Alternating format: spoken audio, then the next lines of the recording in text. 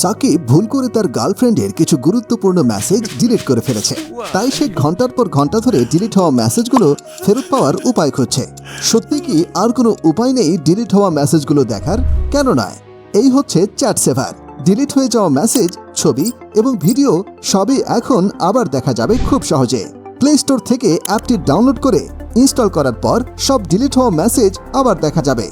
শুধু মেসেজই নয়, ডিলিট হওয়া স্ট্যাটাস, ছবি, ভিডিও, এমনকি অডিও দেখা ও শোনা যাবে। চ্যাট সেভার অ্যাপ দিয়ে আপনি হোয়াটসঅ্যাপ স্ট্যাটাসও দেখতে পারবেন এবং সেভ করতে পারবেন।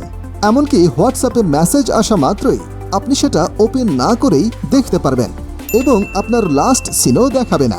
শুধু হোয়াটসঅ্যাপই নয়, ফেসবুক, হোয়াটসঅ্যাপ বিজনেস, ইনস্টাগ্রাম সবখানে ডিলিট হওয়া মেসেজ দেখতে পারবেন। কেউ মেসেজ পাঠিয়ে ডিলিট করলে সঙ্গে সঙ্গে নোটিফিকেশনও পাবেন।